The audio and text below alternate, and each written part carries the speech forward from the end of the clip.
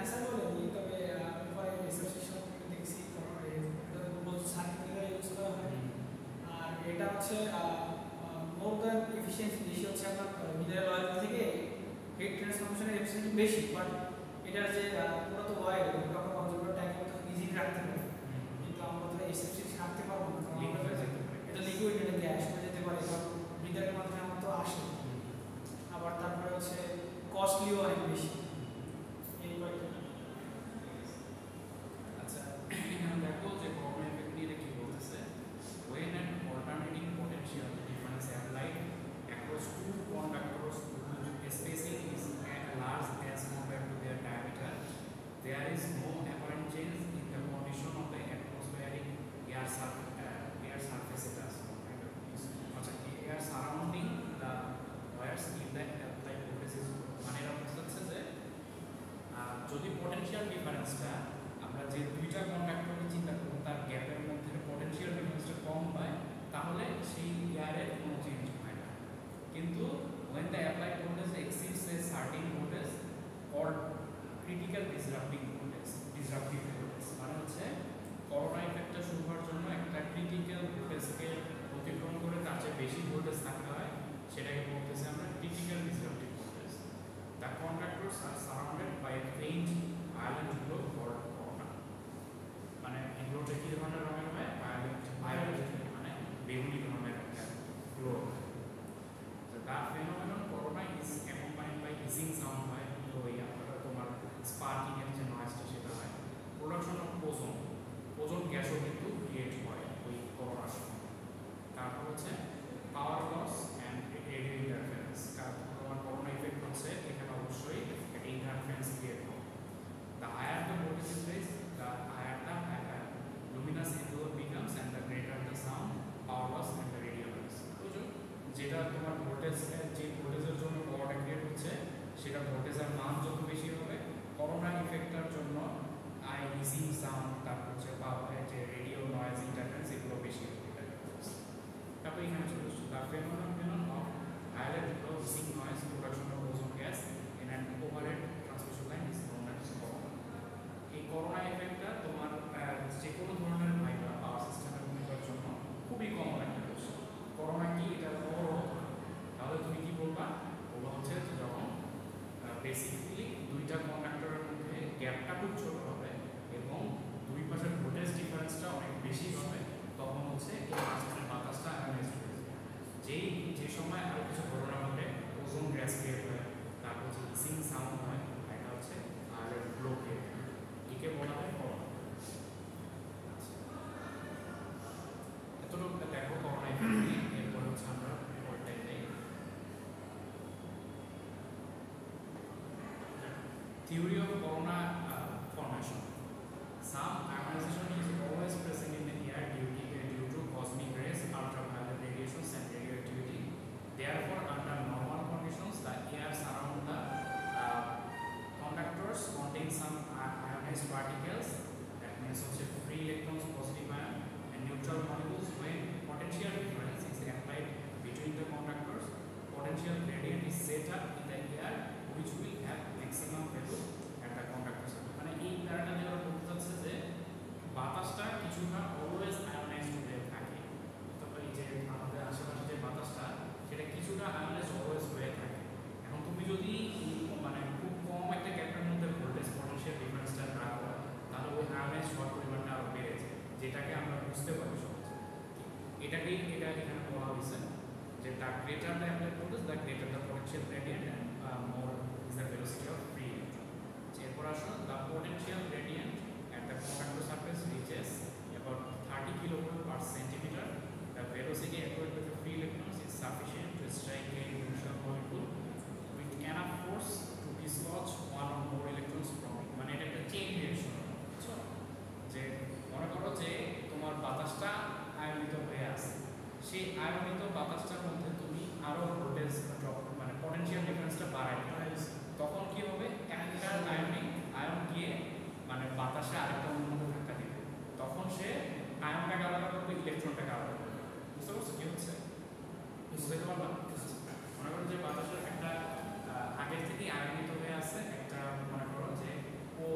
অক্সিজেনের যে তোমার আয়নটা O2 মাইনাস সেটা না, তারপর হচ্ছে তোমার এখন তুমি আরো পটেনশিয়াল ডিফারেন্স দিলে তখন সে কি করবে O2 মাইনাসটা গিয়ে আরেকটা অক্সিজেন বলবে ধাক্কা মারবে, তখন কি করবে অক্সিজেনটা তোমার যদি এই যে ইলেকট্রনের যে জ্বালানি বিজারণ তোমরা করছো না O2 থেকে যদি আমরা ইলেকট্রনটা সরাই দিই তাহলে হচ্ছে আয়নিত হয়ে যাবে, ফিরে গেছে। এটা একটা চেইন রিঅ্যাকশনের মতো, সেটা এখানে হচ্ছে। This produces another ion, one or more free electrons, which in turn accelerated until they collide with neutral molecules. যেটা বললাম আরেকটা মলিকিউলের সাথে গিয়ে সংঘর্ষ করবে, তখন করোনাটা ক্রিয়েট হবে। তাহলে বুঝতে পারলাম দুইভাবে করোনাটা ক্রিয়েট হচ্ছে, একটা বাতাসে আগের থেকেই আয়নাইজড হয়ে থাকে, তোমরা যখন পটেনশিয়াল ডিফারেন্সটা বাড়ায় দাও তখন হচ্ছে ওই আয়নিত তোমার আরো ত্বরান্বিত হয় ব্যাপারটা, সেটাই হচ্ছে। দেখো ফ্যাক্টরস এফেক্টিং করোনা, করোনা এফেক্টের জন্য কি কি তোমার নিয়ামক দাঁড়িয়ে সেটা দেখো। একটা হচ্ছে অ্যাটমসফিয়ার, তুমি বুঝতে পারতেছো যে আজকের ওয়েদারে করোনা হওয়ার সম্ভাবনা একটু বেশি, তাই না? কারণ আজকে তোমার যে আকাশটা মেঘলা, হিউমিডিটি বেশি আছে, হিউমিডিটি বেশি, তারপর হচ্ছে তোমার আকাশটা যেহেতু মেঘলা, মেঘের মধ্যে কিন্তু চার্জ আছে, দুইটা মেঘে যখন ঘর্ষণ হয় তখন কিন্তু বিদ্যুৎ চমক অনেক বেশি চার্জ থাকে। এই বিদ্যুৎ চমকের মাধ্যমে কিন্তু একটা হিউজ এয়ার আয়নিত হয়ে যায়। সো আজকের করোনা হওয়ার সম্ভাবনাটা সবচেয়ে বেশি, যেভাবে এখানে এটা বলছে যে in stormy weather the number of ions is more than normal and as such corona occurs much less voltage as compared with fair weather। মানে স্বাভাবিক রোদেলা আবহাওয়ায় তোমার করোনা হওয়ার জন্য যে ভোল্টেজ ডিফারেন্সটা লাগতো, কিন্তু আজকের ওয়েদারে তার চেয়ে অনেক কম ভোল্টেজের মাধ্যমে করোনা ইফেক্টটা হয়ে যায়। Conductor size এখন দেখো, the corona effect depends upon the shape and conditions of the conductor. কি বলছে যে the rough and irregular surface will give rise to more corona because of unevenness of the surface decreases the value of the breakdown voltage. Thus, a standard conductor has irregular surface and give rise to more corona than a solid conductor. এটা বুঝতে পারছো কি হচ্ছে? যেটা হচ্ছে যে তোমার conductor surface-টা যদি মসৃণ হয় তাহলে তার করোনা ইফেক্টটা একটু কম থাকে, কিন্তু যদি মনে করো এবল থেকে তোমার সারফেসের একটা কন্ডাক্টর ব্যবহার তাহলে তার করোনা ইফেক্টটা একটু বেশি, এটাই কারণ। তারপর থাকে স্পেসিং বিটুইন কন্ডাক্টরস, হচ্ছে তোমাদের করোনা বোঝানোর সময় প্রথমে বলে দিচ্ছি যে স্পেসটা খুব কম হতে হবে, তাই না? কন্ডাক্টরের স্পেসটা যদি বেশি হয়ে থাকে করোনা হওয়ার সম্ভাবনা কমে আসে। মানে একটা ছোট পরিমাণ বাতাসকে আয়নিত করতে যে পরিমাণ ভোল্টেজ দরকার হয়, গ্যাপের মধ্যে অনেক বেশি বাতাসকে আয়নিত করতে তার চেয়ে বেশি ভোল্টেজ প্রয়োজন। লাইন ভোল্টেজটা দেখো, লাইন ভোল্টেজ যত বেশি হবে করোনা তত ফলন হওয়ার সম্ভাবনাটা বাড়বে। এই চারটা হচ্ছে তোমার করোনার factor of affecting corona, corona হওয়ার নিয়ামকগুলো হচ্ছে এটা। শর্ট কোশ্চেন আসতে পারে, 2 নম্বরের অবজেক্টিভ আসতে পারে। তারপর হচ্ছে দেখো এই ক্রিটিক্যাল ডিসরাপটিভ ভোল্টেজ, যে ভোল্টেজের মাধ্যমে তোমার করোনাটা ইনিশিয়েট হয় তার একটা ফর্মুলা দিচ্ছে, এটা একটু চাইলে করে রাখতে পারো ইনফরমেশন যাওয়ার জন্য, যে তোমার হচ্ছে অ্যাটমসফিয়ারিক প্রেশার কত থাকতে হবে, টেম্পারেচার কত থাকতে হবে, পার সেন্টিমিটারে কত কিলো ভোল্ট থাকতে হবে করোনা হওয়ার জন্য, তার কিছু ইনফরমেশন এখানে আছে, একটু দেখে নিতে পারো। এটা এক্সামের জন্য ইম্পর্টেন্ট না, জাস্ট তোমার নিজের জানার জন্য দেখে নিতে পারো। এরপর আসো যে ম্যাথও আসে না, এটা থেকে ম্যাথ করোনা থেকে জাস্ট থিওরি করবো। আচ্ছা, অ্যাডভান্টেজ এবং ডিসঅ্যাডভান্টেজেস অফ করোনা। আচ্ছা, করোনার ডিসঅ্যাডভান্টেজ বেশি, অ্যাডভান্টেজ কারণ হচ্ছে দেখো আগে তুমি ডিসঅ্যাডভান্টেজ করো, পরে অ্যাডভান্টেজ আসবে। একটা যে রেডিও ইন্টারফারেন্সের জন্য তোমার হচ্ছে একটা তুমি যদি কমিউনিকেট করতে চাও, একটা এরিয়ার মধ্যে করোনা ইফেক্ট তৈরি হয়ে আছে, তখন কিন্তু রেডিও সিগন্যালটা অনেক নয়েজি সিগন্যাল, তাই না? এটা হলো প্রথম অসুবিধা। Corona is accompanied by loss of energy. This affects the transmission efficiency of the line. Therefore, ozone is produced corona and may cause corrosion of the conductor due to chemical action. ওই যে কন্ডাক্টরটা যদি তোমার ওই যে ferromagnetic ম্যাটেরিয়ালের কোনো coating দেওয়া উপরে ozone এসে তোমার হচ্ছে অক্সিজেন যেহেতু আছে মরিচা করার একটা সম্ভাবনা ইয়ে আছে। মরিচার সংকেত কি যেন ছিল মনে আছে তোমাদের? Fe2O3 অথবা Fe3O4 এরকম, সাথে পানি, সাথে পানিও ছিল, এরকম ছিল, তাই না? NH2 ছিল। আচ্ছা, তারপরে দেখো যে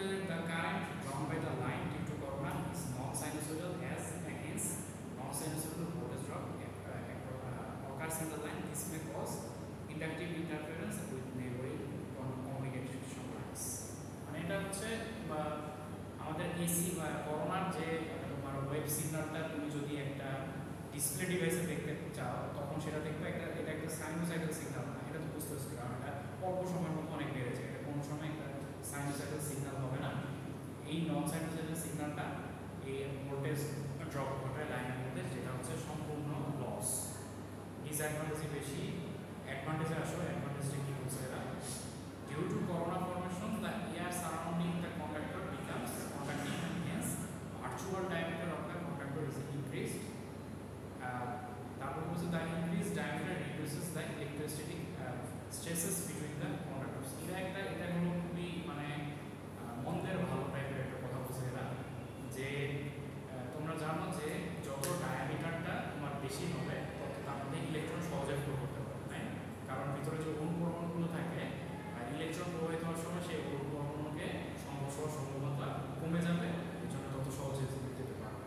ওরা বলতেছে যে করোনা ইফেক্ট হলে যেহেতু আয়োনাইজড হয়ে থাকে এনভায়রনমেন্টটা, এই জন্য এই আয়োনাইজিং ইফেক্টের জন্য তোমার আগে যে ডায়ামিটার ছিল কন্ডাক্টরের তার থেকে আরও একটু ডায়ামিটার বেড়ে যায়, ভার্চুয়াল একটা ডায়ামিটার অ্যাড হয়ে যায়, এর মাধ্যমে ট্রান্সমিশন লাইনের কন্ডাক্টিভিটি বেড়ে যাবে, এরা এটা বলতেছে। কিন্তু এটা তো সুবিধা মনে হচ্ছে, তাই না? মন্দের ভালো, লাইনের ভোল্টেজ ড্রপ হচ্ছে, ওয়েস্ট হচ্ছে, তার একটা মন্দের ভালো হচ্ছে এই জিনিস। Corona reduces the effect of transients produced by the surface. আচ্ছা, এখানে এটা দেখো যে ট্রানজিয়েন্টস অ্যানালাইসিস, এটা তোমরা পাওয়ার সিস্টেম পড়ার সময় পাবা। তারপর আমি বলি যে ট্রানজিয়েন্ট অ্যানালাইসিস একটু শর্টে বলে নিই। মনে করো যে একটা শর্ট সার্কিট ফল্ট হয়েছে, তখন হচ্ছে খুব কম সময়ের জন্য তোমার তো সার্কিট ব্রেকারটা তো অন হইতে হবে, তোমার কারেন্টটাকে ইন্টারাপ্ট করার জন্য। খুব কম সময়ের জন্য সার্কিট ব্রেকারটা মানে অন হওয়ার আগে ওই সার্কিট ব্রেকারের মধ্য দিয়েই ফল্ট কারেন্টটা যায়, এই সময়টাকে বলা হয় ট্রানজিয়েন্ট পিরিয়ড। এই ট্রানজিয়েন্ট পিরিয়ডকে তিনটা টাইপে ভাগ করা যায়, মানে তিনটা সময়ের সেক্টরে ভাগ করা যায়। একটা হলো sub transient period, transient period, distributed period. এটা এখানে বলছে আর কি যে এই যে সার্জের জন্য যে ট্রানজিয়েন্ট পিরিয়ডগুলো প্রডিউস হয়, এটা হচ্ছে করোনার মাধ্যমে কিছুটা কমে আসে, এটা বলছে। আচ্ছা, এরপর দেখো যে করোনা ইফেক্ট রিডিউস করার উপায়টা দেখো, যে তোমরা এই যে সেকেন্ড পয়েন্টটা যেটা আছে সেটা তো প্রথম থেকেই বলতেছি আমি, যে কন্ডাক্টর স্পেসিংটা যদি তুমি বাড়ায় দাও তাহলে করোনা ইফেক্টটা কমে আসবে, কারণ বাতাসটা অ্যাডজাস্ট করার পরিমাণটা কমে আসবে। তারপর দেখো যে বাই ইনক্রিজিং কন্ডাক্টর সাইজ, এটা কি বলছে দেখো যে by increasing conductor size voltage at which corona occurs is raised, hence corona effects are considerably reduce. এতে কি বুঝতে বলতো?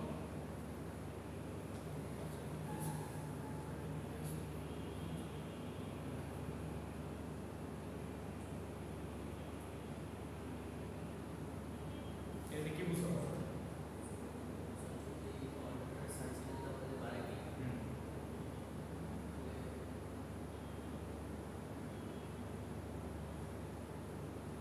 এখানে বলতে চাচ্ছে এরা যে তোমার একটা 11 কেভি ভোল্ট তোমার ট্রান্সমিশন লাইনের জন্য যেই ওয়্যারটা আমরা ইউজ করব, এর থেকে যদি আমরা আরও বেশি ভোল্টের ওয়্যার, যে 230 কেভি একটা ভোল্ট আছে, তার ট্রান্সমিশন লাইন ওয়্যারিং সেম হবে? সেম কিন্তু হবে না, তাই না? 232 কেভি যেটা, সেটা হচ্ছে অবভিয়াসলি আরেকটু স্ট্রেংথ হতে হবে, হইতে হবে, ডায়ামিটার বেশি হতে হবে। এটাই এখানে বলছে যে কন্ডাক্টর সাইজকে বাড়ায় দেওয়ার মাধ্যমে ভোল্টেজটা যে ভোল্টেজে করোনা হতো সেটা হচ্ছে রিডিউস করে দেওয়া সম্ভব। বুঝতে পারছো ব্যাপারটা? যে কন্ডাক্টর সাইজটা তুমি বাড়ায় দিচ্ছ, তার মানে আগের থেকেই কন্ডাক্টর সাইজটা বড় হয়ে আসে, তার মানে এখন যে তার মধ্যে যে গ্যাপটা, এই যে তোমার যখন চিকন তারের একটা তোমার ব্রেক হলো লাইনটা, তখন যে গ্যাপটা হবে, মোটা তারের জন্য গ্যাপটা বেশি হবে না। তুমি যখন ব্যাপারটা বলতো ভার্চুয়ালি চিন্তা করার ব্যাপারটা, তাহলে বুঝতে পারবে এটাই হ্যাপেন্স। আচ্ছা, আমাদের করোনা ইফেক্টটা এতটুকু ছিল। করোনা ইফেক্ট নিয়ে এর থেকে আর বেশি কিছু দেখা যায়। করোনা ইফেক্ট যদি এক্সাম্পল বলতে শুধু এই থিওরিক্যাল সত্যি করোনা ইফেক্ট কি, করোনা ইফেক্টে কীভাবে আমরা রিডিউস করতে পারি, এটা শুরু করবো। আজকে আমাদের নেক্সট টপিক হচ্ছে কি বলো, স্যাগ। স্যাগ ইন ওভারহেড। এটা হচ্ছে তোমরা যে mechanical design of overhead line করতেছো না, সেই চ্যাপ্টারেরই অন্তর্গত। সেই চ্যাপ্টারের অন্তর্গত আবার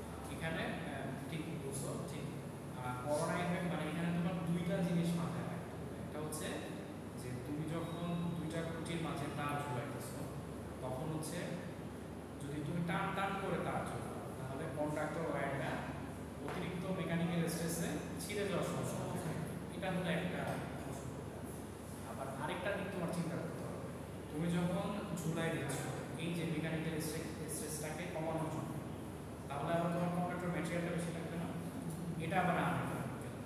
এই দুইটার মধ্যে আমাদের একটা তো ফিক্সড ডিসিশন আসতে হবে যে কতটুকু আমরা ঝুলাবো, মানে তোমার ইকোনমিক ব্যাপারটাও চিন্তা করে কতটুকু ঝুলালে আমাদের ইকোনমিক লসও হবে না, আবার হচ্ছে মেকানিক্যাল স্ট্রেসটাও সে ধরে রাখতে পারে।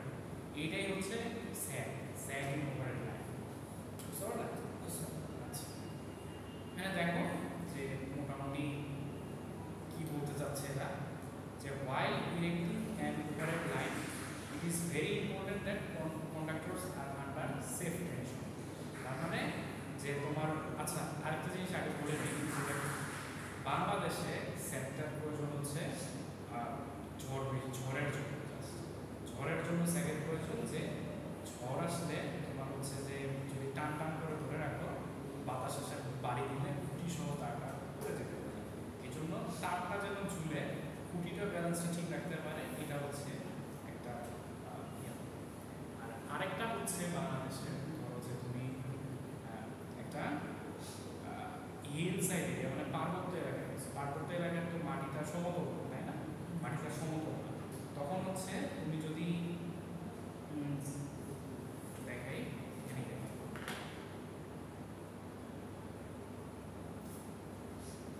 ধরো যে এটা একটা হচ্ছে আমাদের পাহাড়ের ঢাল, তোমার এখানে একটা খুঁটি দিল আর একটা খুঁটি দিলে তুমি এখানে, এখন তুমি হচ্ছে তারটাকে যদি ঝুলাতে চাও, এইভাবে যদি ঝুলাই দাও তারটা, কি প্রবলেম হবে? ওই খুঁটে দিকে আর হেলে আসবে, হেলে আসার সম্ভাবনা আছে, তাই না? উপরে পাহাড়ে একটু বল যখন থাকবে কিছু, তখন হচ্ছে খুঁটি সহ পড়ে তার ট্রান্সফারটা একটু নষ্ট হয়ে যেতে পারে। এই জন্য আমরা হচ্ছে তারটা একটু ঝুলাই দেওয়ার মাধ্যমে এই তোমার টাওয়ারটার উপরে স্ট্রেস কমায়। তার কিন্তু হচ্ছে এই যে অনেক কিলোমিটার ধরে, মানে 100-200 কিলোমিটারের একটা তার প্রতিগুলা লং করতে পারে, সেই তারের মধ্যে বেশ ভালো একটা ওজন থাকে। এখন আমরা যদি এইরকম করে দিই, আমরা যদি তারটা ঝুলে এরকম করে দিই, তখন হচ্ছে জিনিসটা একটা ব্যালেন্সে থাকে। বুঝতে পারলে? এটা হচ্ছে বাংলাদেশের পার্সপেক্টিভ থেকে বললাম। আরেকটা হচ্ছে শীত প্রধান দেশে, শীত প্রধান দেশে কি হয়, তোমার হচ্ছে স্নোফল হয়ে এই তারের উপরে তোমার বরফ জমতে থাকে, এখন হচ্ছে তোমার ওই বরফটার ওজনটা নেওয়ার মতো সক্ষমতা এই খুঁটিগুলার থাকতে হবে। সেটা হচ্ছে স্যাগের আরেকটা, যেটা তোমার ইউরোপিয়ান কান্ট্রি এবং নর্থ আমেরিকান কান্ট্রিতে তোমার এই ব্যাপারগুলো চিন্তা করে ওখানকার আবার স্যাগের হিসাব আলাদা। স্যাগের হিসাব বিভিন্ন দেশের জন্য বিভিন্ন রকম। বাংলাদেশের যে স্যাগ তুমি ক্যালকুলেশন করে বের করছো ট্রান্সমিশন লাইনের জন্য, সেটা আবার ইউজ করতে পারো, ওখানে আবার আরেকটা। এরপর দেখো যে কি বলতেছে এরা,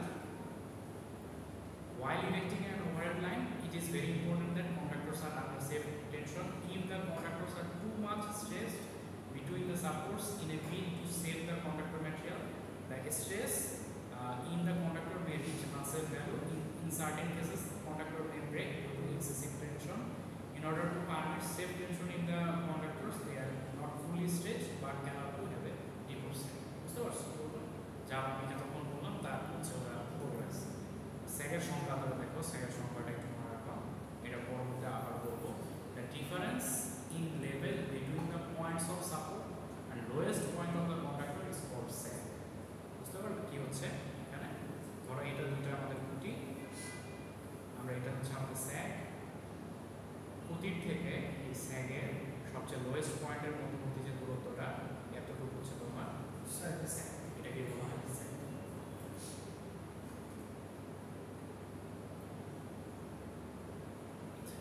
দেখো এখানে আসি, এই ফিগারটা দেখো যে shows a conductor suspended between two equilevel supports A and B. Conductor is not fully stretched but is allowed to have a dip. Dip মানে হচ্ছে এই যে ঝুলন বিন্দুটা যেটা, সেটাকে বলে dip, একটা dip থাকা। The lowest point of the conductor is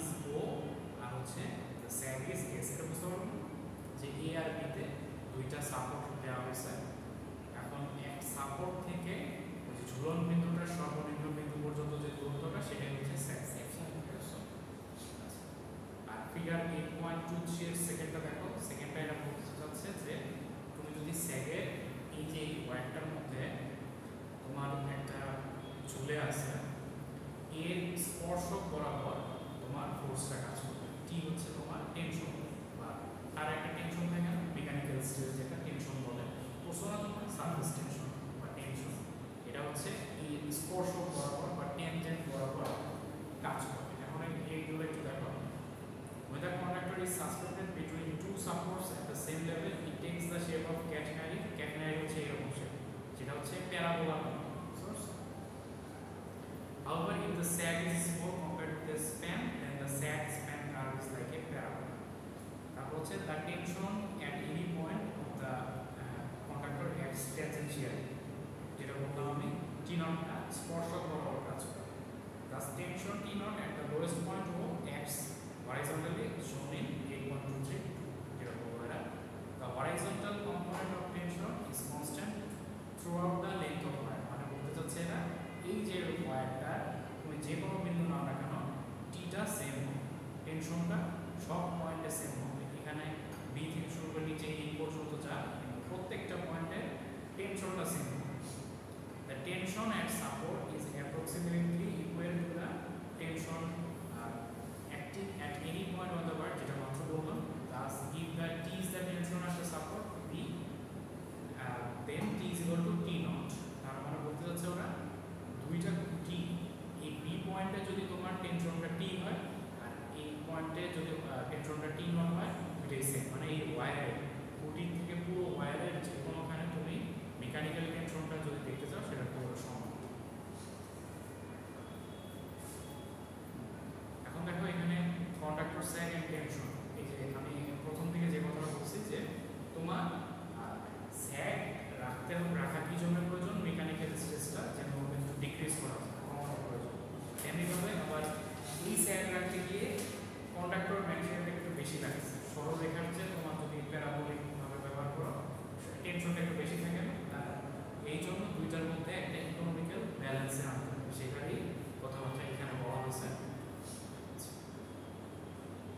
এই যে দেখো আমি একটু এখানে বলি,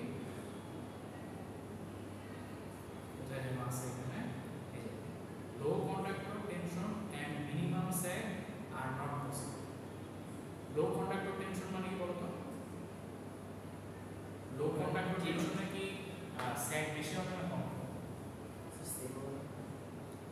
লো কন্ডাক্টর টেনশন আর মনে করো যে হাই কন্ডাক্টর টেনশন, দুইটার মধ্যে কোথায় স্যাগ বেশি বলো? লোতে স্যাগ বেশি। লো কন্ডাক্টর টেনশনে স্যাগ বেশি, ঠিক বলছো। আর মিনিমাম স্যাগ তাহলে একসাথে পসিবল না, এটাই এরা বলছে যে লো কন্ডাক্টর টেনশন মানেই তো হচ্ছে স্যাগ বেশি, আবার মিনিমাম স্যাগ দুইটা কি একসাথে পসিবল কখন, এটাই এরা বলছে। তারপর বলছে যে এটা because low sag means tight wire and high tension, whereas low tension means loose wire and increased sag. দুইটার মধ্যে একটা কম্পেয়ার করে আমরা ম্যাথমেটিক্যাল একটা ক্যালকুলেশন করি। এখন হচ্ছে স্যাগের যে ম্যাথ সে করার জন্য যে ক্যালকুলেশনটা সেটা স্টার্ট করতেছি। এখান থেকে আসলে দুই ধরনের স্যাগ বাংলাদেশে আমরা দেখতে পাই। প্রথমে বলেছি আমি, একটা হচ্ছে দুইটা সাপোর্ট বা খুঁটি যখন একই উচ্চতা থেকে হয়, যেমন দেখো এ আর বি দুইটারই সাপোর্ট দেখো তুমি একই উচ্চতা থেকে রয়েছে। আরেকটা হচ্ছে হিল সাইড এরিয়াতে, যেখানে হচ্ছে তোমার দুইটা সাপোর্ট ডিফারেন্ট দিকে উচ্চতা থাকে। আর আরেকটা হচ্ছে তোমার পানির মধ্যে তুমি যদি পানির পাড়ের মধ্যে একটা খুঁটি দাও সেটা কম গভীরতা আছে না, কিন্তু যদি তুমি মধ্য নদী থেকে একটা খুঁটি দাও সেটা বেশি গভীরতা থাকতে হবে না। এটা হলো কয়েক টাইপের স্যাগ। এখানে যেহেতু যে জিনিসগুলো এ আর বি দুইটা পয়েন্ট, যে দুইটা সাপোর্টের পয়েন্ট সেটা টু সোর্স, তাই না? তারপর হচ্ছে ওটা হচ্ছে সবচেয়ে লোয়েস্ট পয়েন্ট, তাহলে এই যে বি থেকে অথবা এ থেকে ও পর্যন্ত দূরত্বটা হচ্ছে স্যাগ এস। আর হচ্ছে স্যাগ যেহেতু এটা কি বলছে বলতো, এটা দুইটা ইকুয়াল লেভেল থেকে ছুটতেছে, তাহলে ও পয়েন্টে আমরা বলতে পারি না যে তার দুইটা সমান দুই ভাগে ভাগ হয়ে গেছে। তাহলে এই যে পুরো ওয়্যারের লেংথটা যদি এল হয় তাহলে হচ্ছে এটা L/2 আর এ2 হচ্ছে L/2, দুই ভাগে ভাগ হয়ে গেছে। কারণ হচ্ছে এটা সেম খুঁটি থেকে সেম উচ্চতা খুঁটি থেকে চলতেছে, তাহলে তারটাও সেম ভাবে দুই ভাগে ভাগ হয়ে যাবে।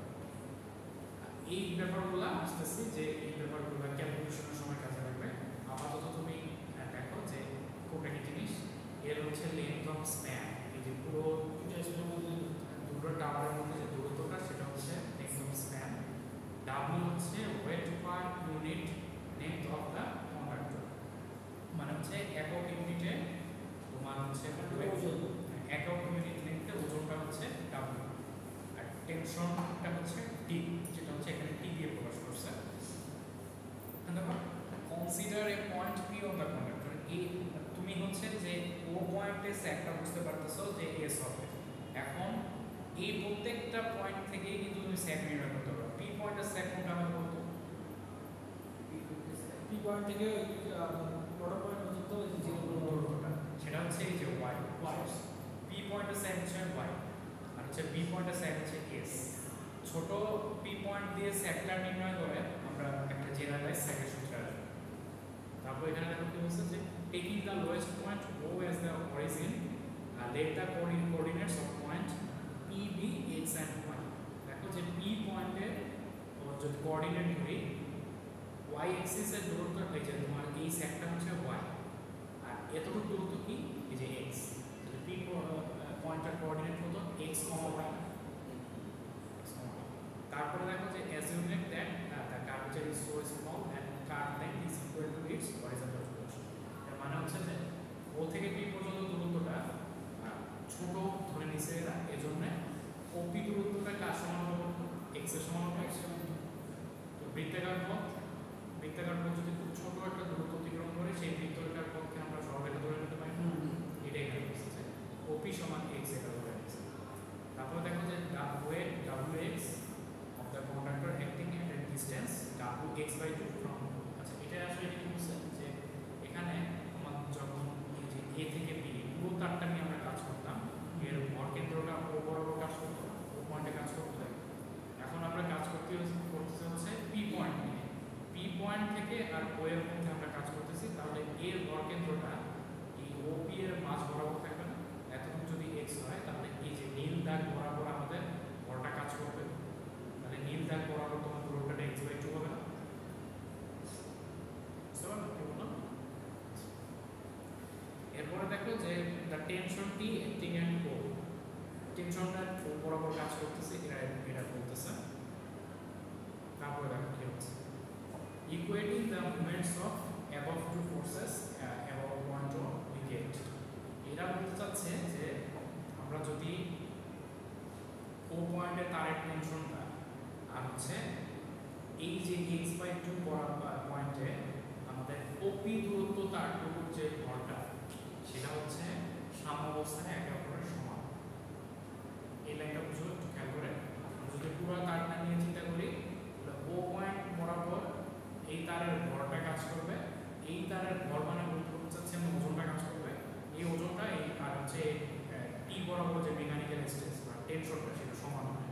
তেমনিভাবে ওপি তারের মধ্যে বরাবর এর ওজন কাজ করবে যেটা হচ্ছে wx, আর এর টেনশন হচ্ছে তারের প্রত্যেকটা পয়েন্টের টেনশন সমান না। তাহলে এই ভরটার সমান টি আমরা বলতে পারি সাম্যাবস্থা।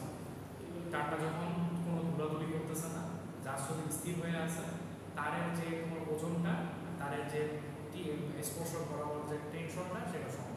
এটা বলতেছে প্রত্যেক পয়েন্টে যেহেতু টেনশন সমান, তাহলে এই যে এই এতটুকু তারের ওজন আর হচ্ছে তোমার টেনশনটা সমান হবে না। আর এই পয়েন্টে তুমি যদি হচ্ছে তারটার ওজন বের করতে চাও তাহলে কি হবে দেখো যে একক দূরত্বে তোমার হচ্ছে ওজন ছিল ডাব্লিউ, তাহলে এক্স দূরত্বে ওজন হচ্ছে wx যেটা হচ্ছে ওজন বরাবর কাজ করে, আর দূরত্বটা হচ্ছে পি, এই যে পয়েন্ট মিড বরাবর কাজ করে না ওজনটা, তাহলে মিড লেংথটা বের করতে হবে। x/2 দূরত্বে ওজনটা কি হবে wx × x/2 না? বুঝতে পারতেছো কি বললাম? আরেকবার বলি w সমান কি থাকতো weight by unit length of the conductor, একক দূরত্বে তারটার ওজন। এই পুরো তারটার ওজন একক দূরত্বে হচ্ছে w, পুরো তারটার ওজন একক দূরত্বে হচ্ছে w। তারপরে হচ্ছে আমরা x পয়েন্ট এই p পয়েন্টটা যেটা এটা কতটুকু দূরত্ব নিয়ে কাজ করতেছে, ও থেকে x পর্যন্ত দূরত্ব নিয়ে কাজ করতেছে। তাহলে x দূরত্বে আমাদের ওজনটা কি wx হবে না? wx। আর এই পয়েন্টে তোমার দূরত্বটা কত অতিক্রম করছে x/2 না হ্যাঁ ও থেকে, তাহলে x/2 দূরত্ব ওজনটা wx × x/2 হবে না? বুঝতে পারছো? তাহলে কি হবে wx × x/2 এই ওজনটা আবার কার সমান হবে? টেনশনের সমান হবে। টেনশনটা কি এখানে t না? ঠিক আছে। তাহলে আমরা একটু নিচে যাই। তাহলে তুমি যদি এটা গুণ করো তাহলে wx × x²/2 আসবে।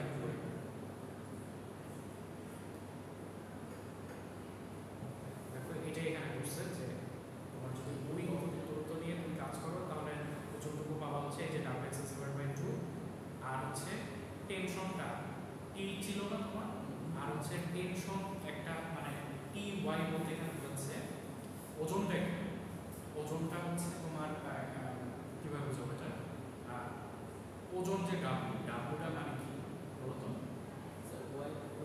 ওজনটা কি কোনো কাজ নাকি বল? ওজন বল স্যার বল তো হচ্ছে তুমি শুধু না ওজন স্যার ওজন ওজন স্যার কাজ না। আর হচ্ছে টেনশনের টিটা এটা কি কাজ না করে? বল এটাও করে, তাই না? ওজনটা যেহেতু কাজ আমাদের এটাকেও কাজে আনতে হবে, তাই না? w = fx মনে আছে? সেখান থেকে এখান থেকে আমরা আসছি ty, f এর থেকে t আসছে আর হচ্ছে তোমার x এর থেকে y আসছে। এই জন্য তারপর হচ্ছে তুমি ty = wx²/2 এখান থেকে y = wx²/2t এতটুকু পাইলে তুমি এই যে তোমার p পয়েন্টে সেট কত সেটা তুমি বের করবে। এই y তে p পয়েন্টে সেট ছিল না, তাহলে p পয়েন্টে সেট তুমি পাচ্ছ y = wx²/2t। এখন আমরা তো বের করব যে পুরো তারের সেট চেঞ্জ আসতে পারবে এই সূত্রটা কত চেঞ্জ আসবে যদি পুরোটা আমি চেঞ্জ করতে চাই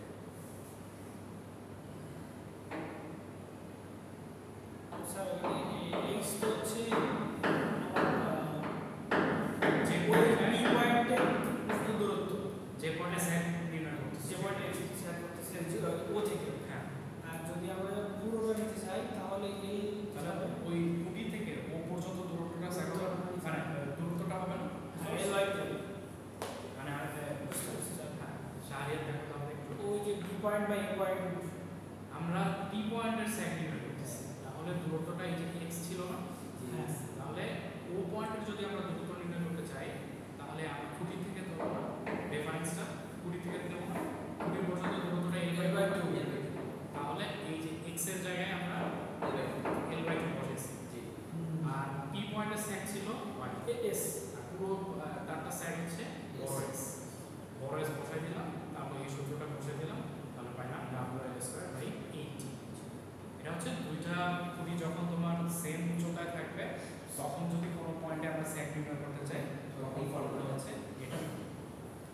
এরপরে আসো দুইটা কুটি যদি ডিফারেন্ট উচ্চতায় থাকে তখন হচ্ছে দেখতে এরকম হবে। এটা একটা পাহাড়ের মতো না? হ্যাঁ পাহাড়ের ঢালে তোমার হচ্ছে দুইটা খুঁটি বা দুইটা টাওয়ার আর এটা হচ্ছে সেই ট্রান্সমিশন লাইনটা। তাহলে এখানে আসো এল হচ্ছে লেন্থ স্প্যানটা, যেটা আগেরটা ছিল হচ্ছে ওই যে এ থেকে বি পর্যন্ত খুঁটির দূরত্বটা, কিন্তু এখানে খুঁটির দূরত্ব সমতল মানে তোমার চিন্তা করছে, কিন্তু আসলে খুঁটির দূরত্ব কিন্তু এখান থেকে এই পর্যন্ত না, রিয়েল খুঁটির দূরত্বটা এখান থেকে এই পর্যন্ত, কিন্তু সমতলে চিন্তা করলে খুঁটির দূরত্বটা হচ্ছে এখান থেকে এই পর্যন্ত। তারপর দেখো এইচ হচ্ছে difference in levels between two subgroups. এটার আরো মানে সহজ ভাষায় বলতে গেলে দুইটা সেগের মধ্যে যে ডিফারেন্সটা সেটাই হচ্ছে এইচ, ডিফারেন্ট ইন লেভেলস। এরপরে দেখো যে এটাকে যদি আমরা এখানে উঠাই দিই তাহলে এইচ দূরত্ব আসতে হবে না, সমান হওয়ার জন্য এখানে আসতে হবে না, এটাই এরা বলছে এই এইচ দূরত্বটা হচ্ছে দুইটা খুঁটির মধ্যে ডিফারেন্সটা। তারপর হচ্ছে এইচ হচ্ছে distance support at lower level from মানে হচ্ছে এটা মানে হচ্ছে এ থেকে ও পর্যন্ত দূরত্বটা হচ্ছে x হচ্ছে b থেকে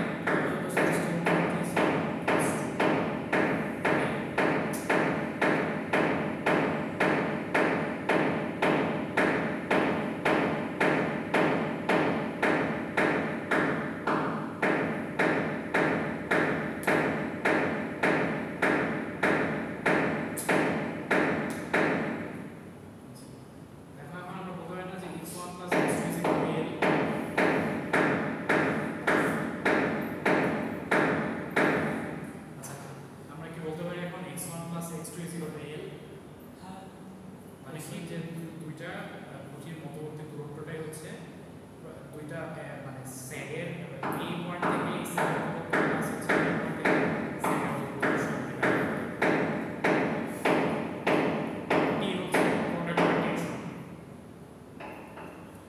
এখন আসো যে আমরা এই সূত্রটাকে কাজে লাগাবো। এই যে তোমার এখানে যে স্যাগ বের করছি ছোট একটা দূরত্বের জন্য এই সূত্রটাকে আমরা কাজে লাগাবো। এখানে হচ্ছে যদি আমরা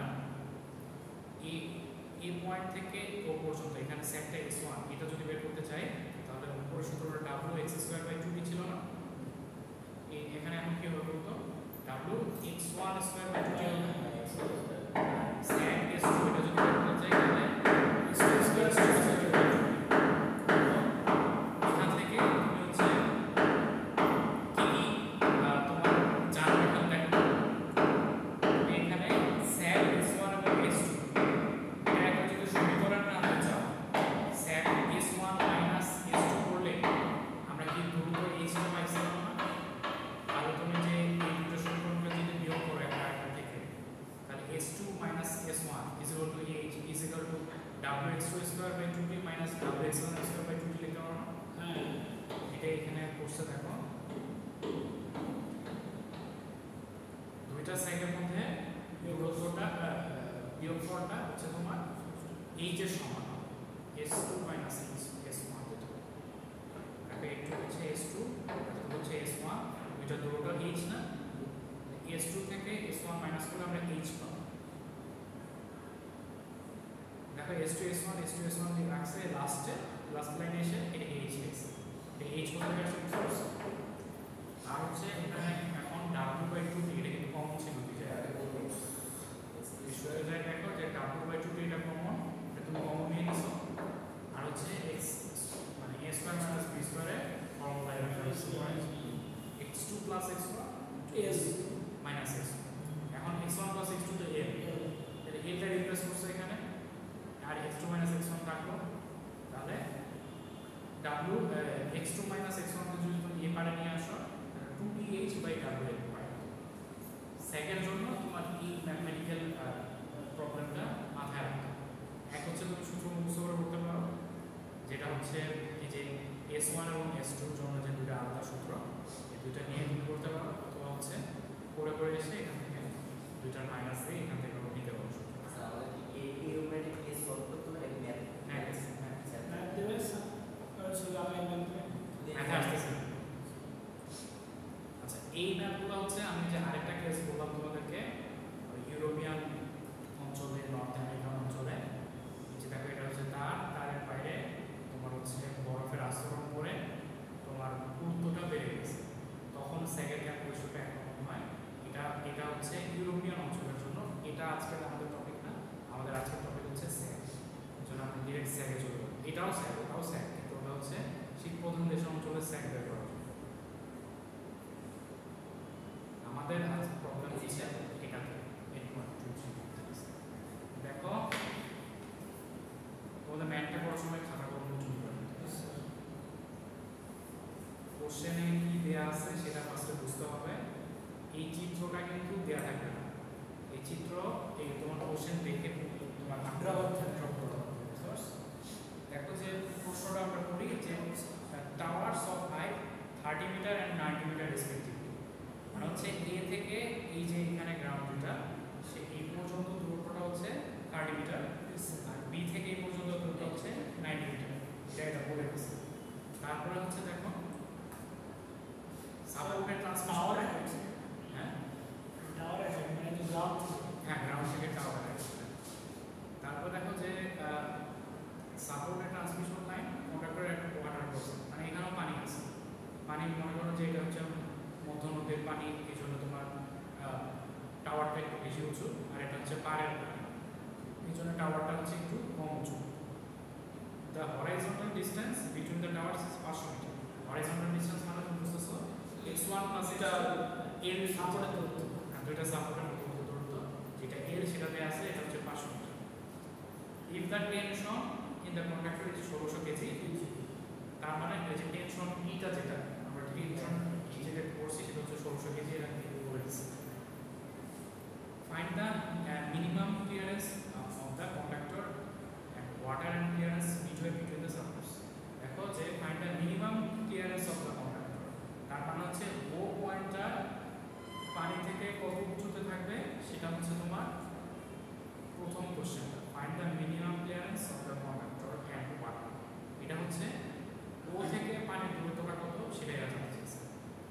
সেকেন্ড প্রশ্নটা দেখো, and clearance midway between the supports. ওই যে ম্যাথমেটিক্যাল প্রবলেমের সময় পি একটা পয়েন্ট ধরে নিয়েছিল, তেমনিভাবে এই তারটা কি মধ্যবিন্দু কি হতে হবে? না হতে হবে না।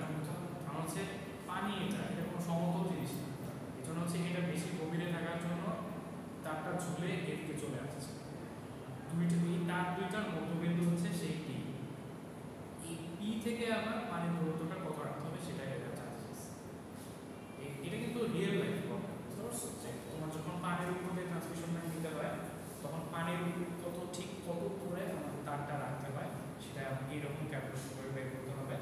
আবার হচ্ছে তোমার কন্ডাক্টরের ম্যাটেরিয়ালকে মানে সেভ করার জন্য ইকোনমিকভাবে পানির থেকে কত উঁচুতে রাখতে হয় সেটা হচ্ছে এটার জন্য কাজে লাগে। মনে করো যে তুমি পানি আসছে তোমার এখানে, তুমি নিয়ে আসলে এই পর্যন্ত, তাহলে তোমার তারের ম্যাটেরিয়াল বেশি লাগতেছে। হ্যাঁ, এই জন্য তোমার একটা রিয়েল লাইফ প্রবলেম হচ্ছে এই জিনিস। এরপর দেখো কি বলছে,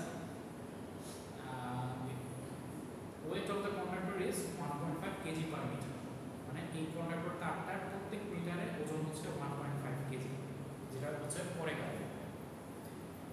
তারপরে কি দেখো যে bases of the towers can be considered to be at water level, মানে ওয়াটার লেভেলে ওরা হচ্ছে কন্ডাক্টরটা টাওয়ারটা বসাইছে।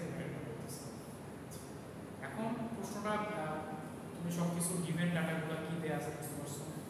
হ্যাঁ, বুঝতে পারলে আমরা হচ্ছে এখন ম্যাথটা করা স্টার্ট করবো।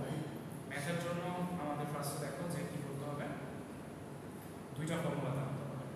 একটা হচ্ছে sec s1 এর একটা ফর্মুলা ছিল wx1 স্কয়ার বাই 2t, একটা হচ্ছে sec 2 যেটা s2 wx2 square by 2t।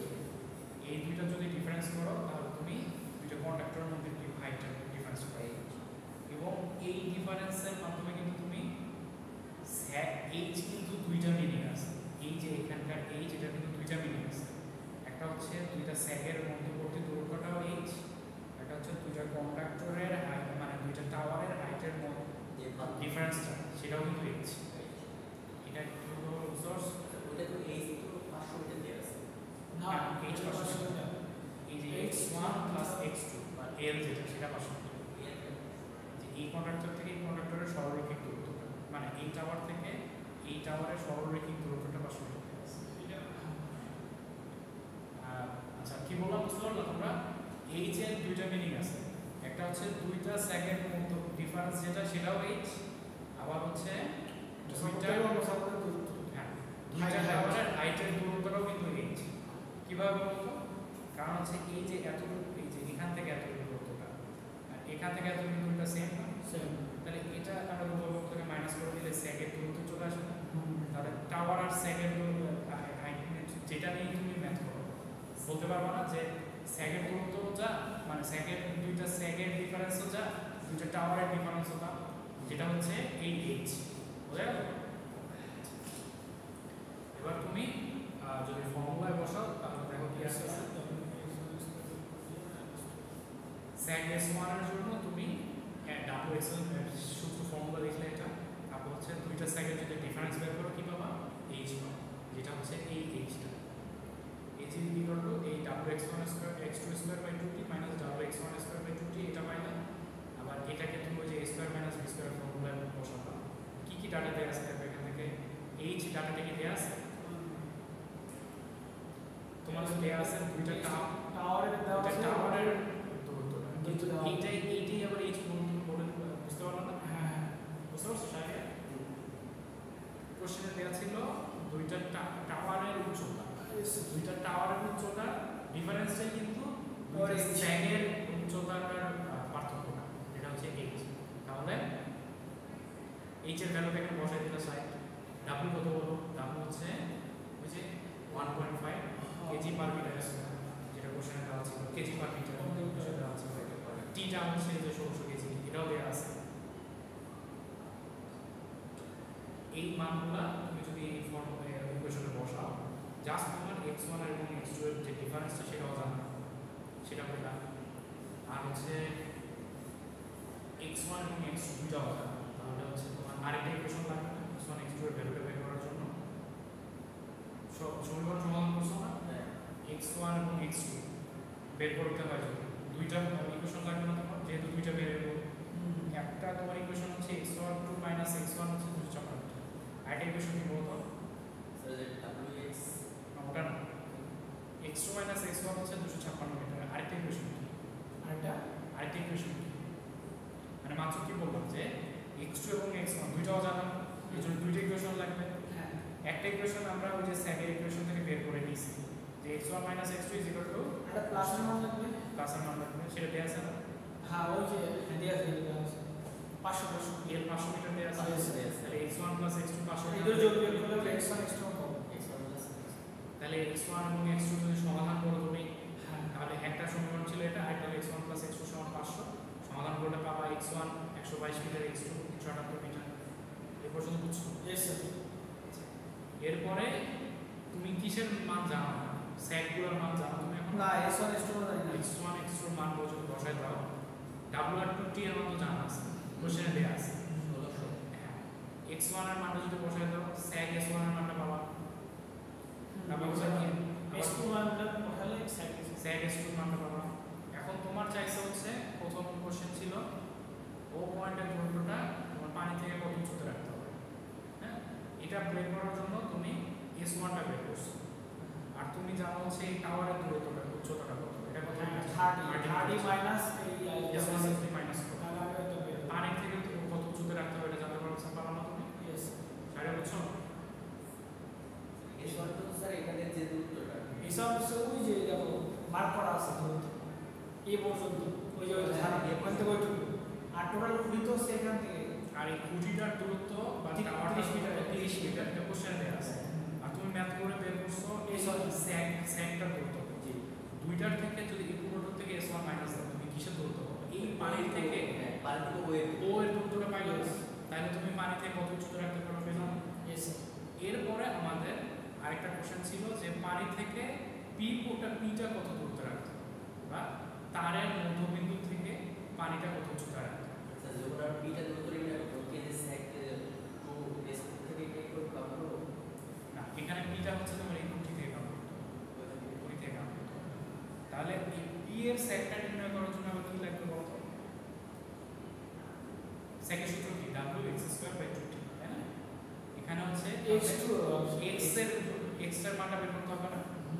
তুমি যে কোশ্চেন করছো সেটা হচ্ছে খুঁটির থেকে তোমার ওভারঅল পয়েন্ট চলে আসে, কিন্তু পি পয়েন্ট থেকে যদি তুমি স্যাগ নির্ণয় করতে চাও তখন আবার মধ্যবিন্দু থেকে করতে হবে, সোর্স ও পয়েন্ট থেকে করতে হবে। তাহলে এখন এই যে x এর মানটা আমাকে জানতে হবে। x এর মানটা আমরা কিভাবে জানবো?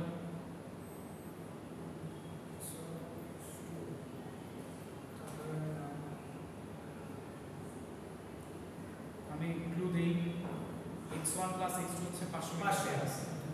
এখান থেকে x এর মান কিভাবে বের করব?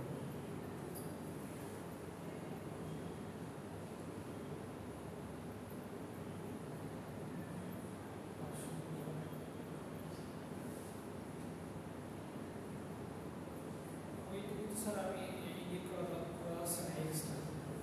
না, এটা করা সম্ভব, এটা খুব বেসিক, এটা মানে জ্যামিতি, বেসিক জ্যামিতি। স্যার বলে হ্যাঁ বলো। এটা স্যার হচ্ছে ওই ত্রিভুজ দিয়ে করতে হবে। না না, ত্রিভুজ মানে জ্যামিতি আর কি, দূরত্বের হিসাব নিকাশ সেখান থেকে। হ্যাঁ x/2 করে যোগ করব x/2 মানে যেমন স্যার এই x এর দূরত্ব আমরা বের করব না হ্যাঁ। x বের করব যেহেতু তো যে ফার্স্টে যে এটা করছিলাম যে ওই যে পি থেকে ও এর যে দূরত্বটা ওটা হচ্ছে দূরত্ব ছিল x ও আচ্ছা, ওটা এখানে করতে হবে, বুঝছো? ওটা মানে পারতা, কিন্তু হচ্ছে এখানে পার ইউনিটে কন্ডাক্টরের মানে তোমার ভরটা তুমি বের করছো সেখানে, তাই না? সেটা দিয়ে তুমি ভর বের করতেছো, একক ইউনিটে ভর হচ্ছে আর তোমার তো লাগবে দূরত্ব, তাই না? দেখো এখানে আমি বলি পি পয়েন্টটা এ বি তারের মধ্যবিন্দু না? হ্যাঁ তাহলে এ বি এতটুকু কত হবে বলতো? 250 হবে না? তাহলে x1 x 250 আমরা বলতে পারি x1 plus x x ও x1 plus x x1 plus 250 বলতে পারি না? 250 স্যার এটা x1 জানি আমরা x1 জানি, তাহলে x পাবো না? Yes. x টা পেলে তুমি তুমি পি পয়েন্টে স্যাগ w(x²/2t) বের করতে পারবে না? তাহলে তখন পানির থেকে দূরত্বটা তুমি বের করতে পারবে। তাহলে দেখো আসো, এই যে দেখো যে তুমি যদি 250 থেকে x1 টা মাইনাস করো তাহলে ওই পয়েন্টটা ও পয়েন্টের এই এতটুকু পাইবে, এই এক্সটা পাইবে, তাই না? পুরোটা হচ্ছে তারটা ধরে নাও 500 মিটার, এখান থেকে তুমি পি পয়েন্ট পর্যন্ত দূরত্বটা 250 মিটার। x1 তুমি জানো, তাহলে x বের করতে পারো। হ্যাঁ 250 থেকে x বাদ দিলে, x1 বাদ দিলে, তাহলে এখানে 250 থেকে x1 বাদ হয়েছে 128 মিটার আছে। তাহলে এই 128 মিটার তুমি আবার পি পয়েন্টের যখন স্যাগ নির্ণয় করতে হবে, যেটা শাহরিয়ারের কোশ্চেন ছিল, ও পয়েন্ট থেকে স্যাগ বের করতে হবে। এই x এর দূরত্বটা বের করছো ওই স্যাগ বের করার জন্য, যেটা হচ্ছে 128 মিটার তুমি পাইছো। এটা দেখো 100 এই যে x এর জায়গায় 128 মিটার বসাই দিলে, তাহলে মিড পয়েন্টে তারের মিড পয়েন্টের স্যাগটা কত? 7.66। তার মানে কি এই যে এখান থেকে স্যাগ এই এতটুকু দূরত্ব কত বলতো? এই যে পি থেকে ও এর মধ্যবর্তী দূরত্বটা বুঝতে পারতেছো কি বলতেছি আমি?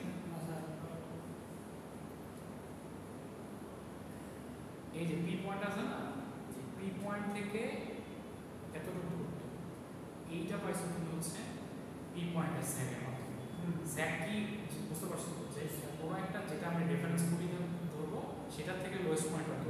হ্যাঁ এখানে আমরা রেফারেন্স খুঁটি ধরে নিচ্ছি হচ্ছে পি থেকে ও পর্যন্ত দূরত্বটা। তাহলে স্যাগটা বের করার মাধ্যমে আমরা এতটুকু ডিসটেন্স পাইলাম। হ্যাঁ এতটুকু ডিসটেন্স পাইছি।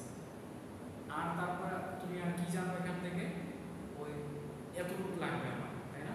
আমি তো স্যার ও থেকে আপনার পানি মানে ওই পানি পর্যন্ত দূরত্ব জানি, এটা জানো না? তাহলে ওখান থেকে ওই স্যাগের সাথে যোগ দিলে পরে তাহলে তুমি ই থেকে পানি দিতে পি থেকে পানির দূরত্ব এতটুকু পাবা। হ্যাঁ বুঝতে পারছো? কাজ করবো যে এই যে যখন শারীরিক সাবমিট যেটা বলবো যে এই যে এতটুকু দূরত্বটা তুমি জানো আগে থেকে, তাই না? এটা তো বের করে নিয়েছো ও পয়েন্টের স্যাগ বের করার সময়। এটার সাথে জাস্ট হচ্ছে এইটা স্যাগটা যোগ দিলে আমরা এই তারটার মধ্যবিন্দুটার স্যাগ কত খুঁটি থেকে রাখতে হবে সেটাও আমরা বের করতে পারবো। এটাই হচ্ছে আমাদের কোশ্চেন চাইছে। তাহলে এরকম ম্যাথ যুক্ত করতে পারবো, তাই না? দেখো স্যাগ থেকে আমাদের একই টাইপের ম্যাথ আছে কিছু। এই যে এই পরেরটা একেবারে সেম ম্যাথ, এটা তোমরা প্র্যাকটিস করবা। তারপর হচ্ছে এটা একটু ডিফারেন্ট, এটা প্র্যাকটিস করবা, প্র্যাকটিস করতে পারবা। কিন্তু একেবারে ডিফারেন্ট হচ্ছে আরেকটা ম্যাথ আছে, সেটা হচ্ছে পাহাড়ের যদি তোমার কোনো ট্রান্সমিশন লাইন রাখো তখন স্যাগটা কীরকম হবে তার ম্যাথমেটিক্যাল প্রবলেম একটা আছে, সেটা হচ্ছে এটি যে 8.26। দেখো যে এই ট্রান্সমিশন লাইন ওভারের inside where the gradient is 1:20, এখানে আবার অনেক ঝামেলা আছে। তোমার এখানে গ্রেডিয়েন্ট বলতে বোঝাচ্ছে এই যে এই অ্যাঙ্গেলটা, এটা হচ্ছে তোমার যদি ত্রিকোণমিতিক কোনো তুমি অ্যাঙ্গেল নাও, বিশেষ করে হচ্ছে আমার tan এই অ্যাঙ্গেলটা, তখন হচ্ছে গ্রেডিয়েন্টটা করতে আমরা 1:20 বলছি। আমাদের ত্রিকোণমিতিক তোমার ভ্যারিয়েবল কি দুইটা জিনিস অবস্থা থাকে না, যে সাইন নিলে লম্ব বাই তারপর হচ্ছে কজের জন্য দুইটা, তারপর হচ্ছে ইয়ার জন্য দুইটা। এখানে তোমার তিনটা ভ্যারিয়েবল থাকে, একটা হচ্ছে অ্যাঙ্গেল, একটা হচ্ছে লম্ব অথবা অতিভুজ, লম্ব অথবা ভূমি, একটা হচ্ছে অতিভুজ অথবা ভূমি, তাই না? তিনটা ভ্যারি। এখানে ওই যে গ্রেডিয়েন্ট বলতে বোঝাচ্ছে তোমার দুইটা ভূমির মধ্যে তোমার অনুপাতটা দিয়ে দেওয়া আছে, তাহলে অ্যাঙ্গেলটা বের করা যাবে না। আচ্ছা দুটো এই যে গ্রেডিয়েন্ট বলতে বোঝাচ্ছে যে দুইটা একটা ত্রিভুজের কি তিনটা বাহু থাকে, একটা হচ্ছে তোমার সমকোণী ত্রিভুজের লম্ব থাকে, ভূমি থাকে অতিভুজ থাকে, এর মধ্যে যে কোনো দুইটার মধ্যে রেশিওটা পুরো দিয়ে দিচ্ছে 1:20। এখান থেকে অ্যাঙ্গেলটা বের করা যাবে না। অ্যাঙ্গেলটা বের করার কারণ হচ্ছে যে এখানে আমাদের থিটাটা লাগবে। থিটাটা লাগবে কি জন্য? কারণ হচ্ছে তোমার পাহাড়টা হচ্ছে এই যে এটা পাহাড়ের ভূমিটা, বুঝা গেছে? পাহাড় কি সমতল মাত্র, ডিসি এটা কি কাল্পনিক লাইন, আর ডিই এটা কিন্তু পাহাড়ের ব্লক।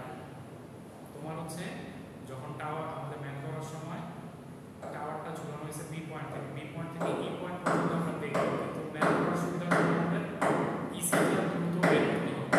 সেই ইসি দ্রুত বের করার জন্য আমাদের অ্যাঙ্গেলটা লাগবে না, সেই অ্যাঙ্গেলের জন্য আমাদের 1:20 দিয়ে দেওয়া আছে। আচ্ছা ওটা আমি আসবো, আগে ম্যাপে কী কী বলা আছে সেটা আমি দেখে আসি। সেই গ্রেডিয়েন্ট হচ্ছে এই জিনিস is supported by 222 meters high towers with a distance of 300 meter between them. তার মানে কি দেখো এ থেকে ডি দূরত্ব কত 22 মিটার, বি থেকে ই দূরত্ব কত 22 মিটার এরিয়া আছে। এটা বলছে না কোশ্চেনে 222 is supported by 222 meters, মানে হচ্ছে দুইটা টাওয়ারের সমান উচ্চতা কিন্তু এখানে দিয়ে দিচ্ছে। আর এটা হচ্ছে 300 মিটার। 300 এই 300 টা কত হবে? ডিসি হবে নাকি ডিই হবে? 300 মিটার স্যার ডিপি না এটা ডিসি ডিসি হবে। ডিসি দুইটা টাওয়ারের এটা যেহেতু পাহাড়ে বসেছে দুইটা টাওয়ার তোমাকে সমতল উচ্চতা তুলে দিচ্ছে। এটা যেহেতু পাহাড়ে বসেছে পাহাড়ে এটা হচ্ছে সমতল ডি দুইটা টাওয়ারের মধ্যবর্তী দূরত্বটা কি ডি হবে? ডি হবে। ডিসি ডিসি ডিসি দুইটা টাওয়ার ডি হবে না ডিসি হবে? ডিসি মধ্যবর্তী তো ডিসি হবে, বাট যদি এখানে হয় এই যে ডি হবে না, কিন্তু এখানে দুইটা টাওয়ারের মধ্যে এই যে এখানে বলছে যে with a distance 300 meter between them, এটা কোনটা হবে? কার ভ্যালুটা আছে? ডিই নাকি DC value? D value D DC DC দুইটা টাওয়ারের মধ্যবর্তী দূরত্ব এটা মানে হেলামতল হয়ে যায় না? আমরা দূরত্বকে সমতলের নির্ণয় করি নাকি হেলামতলের নির্ণয় করি? কি দুইটা দূরত্ব সমতলের নির্ণয় করি নাকি হেলামতলের নির্ণয় করি? সমতলে। তাহলে সমতল হওয়ার জন্য ডিসিতে আসছে স্যার ডিসি তো কাল্পনিক তাই না? কাল্পনিক একটু সময় ম্যাথ করার জন্য জাস্ট ম্যাথ করার জন্য লাগতেছে। আর ডিসি ডিসি থাকবে ডিসি কি হচ্ছে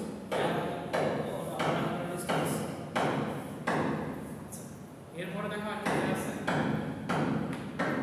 the lowest conductor is fixed 2 meter below the top of each tower.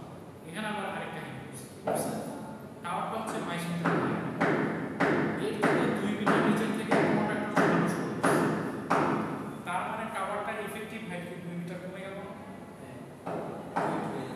তাহলে 20 মিটার হবে টাওয়ারটা, কন্ডাক্টরটা যেদিকে চলতেছে সেই লাইনটা কিন্তু নেই। আর এই যে পাঁচটা ঝামেলা করতেছে।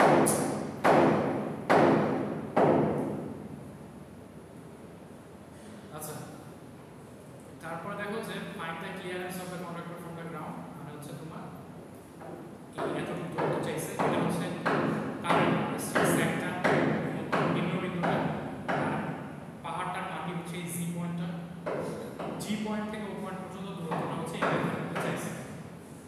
এখানে আমাদের এখন কথা বলার উদ্দেশ্য হচ্ছে আমাদের একটা সমতল জায়গা নেওয়ার জন্য আমরা ডিসি একটা কাল্পনিক লাইন ধরে নিয়েছি, যে দূরত্বটা কোশ্চেনে দেয়া আছে 300 মিটার। তারপর হচ্ছে এই যে এখানে ম্যাথ করার সময় আমরা দেখবো যে প্রত্যেকটা বাহুর মান আলাদা লাগবে, এর জন্য থিটাটা লাগবে আমাদের। তাহলে এখন আসুন ম্যাথে আসি। এখানে দেখছেন ডি সমান ধরছে 300 হ্যাঁ বই দেখছো যে ডি সমান 300 মিটার ধরছে।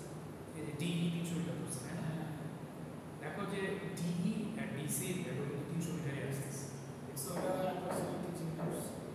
সো এই জন্য মানে ইসি দূরত্বটা এরা আবার অনেক ছোট ধরে নিচ্ছে, এই জন্য ডিই সমান ডিসি ওরা 300 মিটার করে দিচ্ছে।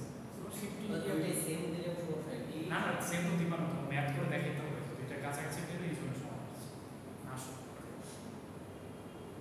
আর এখানে দেখো যে টাওয়ারটার হাইট যেটা, টাওয়ারেরও 2 মিটার নিচ থেকে কন্ডাক্টর ঝুলানো শুরু হয়েছে, এই জন্য টাওয়ারের হাইটটা মানে এডি এবং ই এই দুইটার হাইট কিন্তু 20 মিটার হয়ে গেছে, বুঝা গেছে?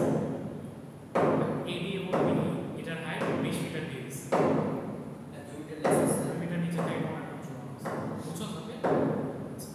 এরপরে দেখো যে আমাদের এখন এই যে এইচ হাইটটা লাগবে, এইচ হাইট মানে হচ্ছে দুইটা টাওয়ারের ডিফারেন্সটা অথবা দুইটা সেকেন্ড ডিফারেন্সটা, সেটা তো ম্যাথ করার জন্য আমাদের লাগবেই। তাহলে টাওয়ারের এই যে এইচ হাইটটা এটা আমরা বলতে পারি না যে ইসি টাই হচ্ছে এইচ, বুঝতে পারি? এই রেসপন্স করো না, এইচটা হচ্ছে দূরত্বটা এই এইচ হচ্ছে 2 দুইটা টাওয়ারের মধ্যবর্তী হ্যাঁ উচ্চতার দূরত্বটা, তাহলে সেটা কত হবে কত? দুই টাওয়ারের আমার তো নেট এখানে নেই, তাহলে ও আসছে কেন?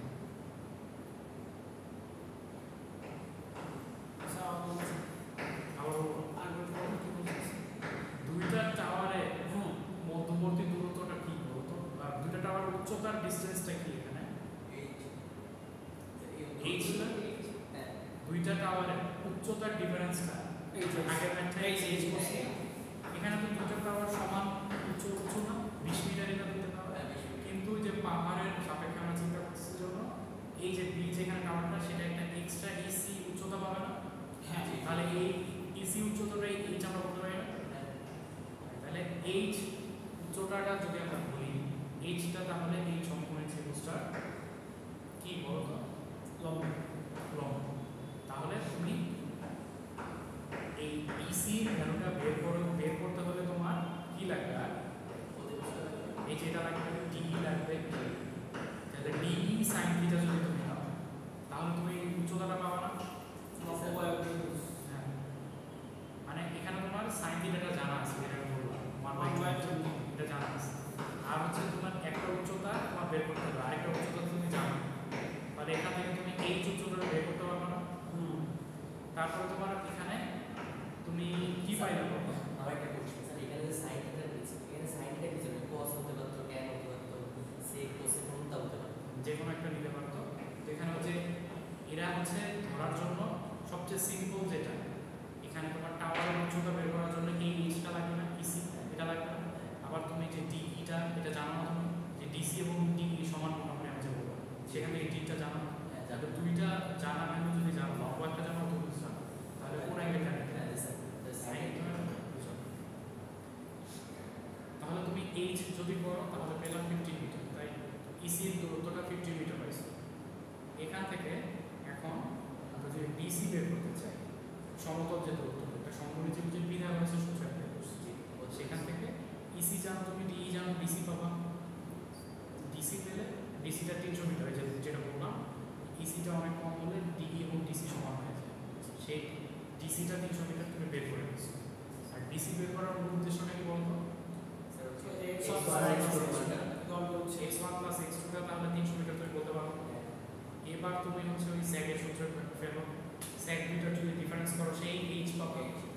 তারপর হচ্ছে এখান থেকে x1 plus x2 হচ্ছে সেই 300 মিটার তুমি বসায় দাও, আর 2t এর মান দেয়া আছে, তারপর হচ্ছে এই w মান দেয়া আছে, x1 plus x2 মান দেয়া আছে, তাহলে x2 minus x1 এর ভ্যালু পাইলে তুমি, তাহলে এখান থেকে x আর x1 এর দুইটা সমীকরণ আছে, x আর x1 এর ভ্যালু পাবো না এখন, x1 এবং x2 এর ভ্যালু,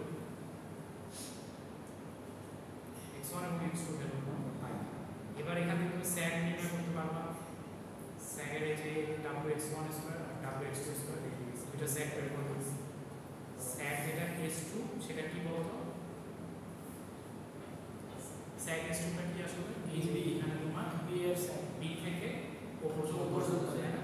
আর যদি তুমি এই দিক থেকে চিন্তা করতে গেলে h থেকে ও পর্যন্ত দূরত্বটা তোমার লাগবে কি ও থেকে g পর্যন্ত দূরত্ব, তার মানে hf থেকে তুমি যদি এই তোমার ho বাদ দিই, মানে fo এতটুকু বাদ না না স্যার hf থেকে ho h প্লাস gf এটা পাবো, তাহলে ও জি পাবো না? হ্যাঁ হয়ে যাবে। পুরোটা hf থেকে এই ho প্লাস হচ্ছে এই gf এটা পাবো, তাহলে ও জি পাবো না? বুঝতে পারছো? এর মধ্যে থেকে gf কোথায় হবে? gf টা এখন বের করতে হবে পিথাগোরাস, তোমার যে এই ত্রিভুজটা থেকে তুমি তো থিটাটা জানো, তারপর হচ্ছে তুমি আর কিসের মান দাও এখানে বলো? x1 এর ভ্যালুটা তুমি পাইছো, x1 এবং x2 সমীকরণ সমাধান করে x1 এর ভ্যালুটা পাবো না? এর থেকে আমরা gf নির্ণয় করতে পারি, তাহলে df টা পাইলে না সেখান থেকে? বুঝতে পারছো কি বলতেছি?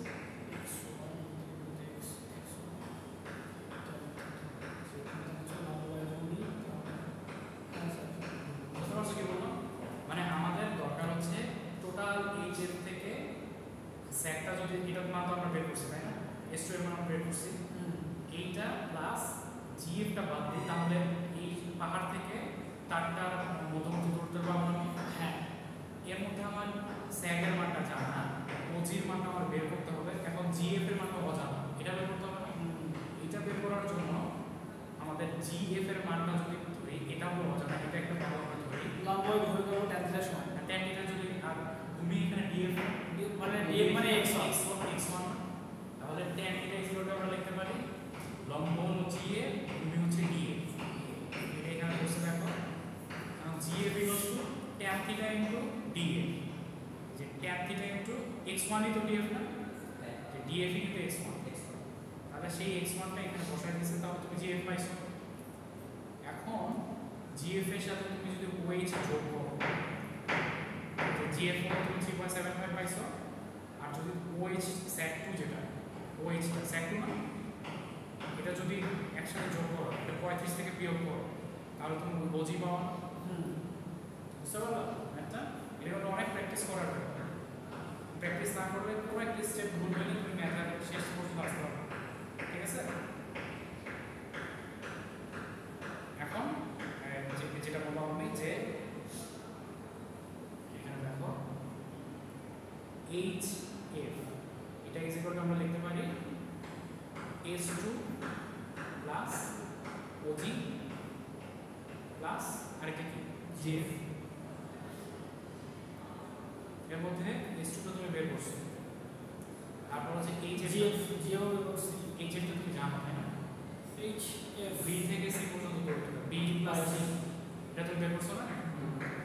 তাহলে HF টা তুমি জানো, তারপর OG টা বের করতে হবে, তাহলে GF টা মাত্র বের করলাম, তাহলে OG টা বের করা সম্ভব না। HF থেকে এই দুইটা S2 আর GF মাইনাস করে OG বের করতে হবে। আচ্ছা, বুঝা গেল? আজকে থেকে একটু ক্রিটিক্যাল হলো নাকি? আমি একটু ক্রিটিক্যাল তারপর একটু মাথায় কাজ করছি প্র্যাকটিস করতে হবে। সাবির তো ঘুমাইতেছে। স্যার কি বলবো স্যার, কালকে না সেটা শেষ না ক্লাস? হ্যাঁ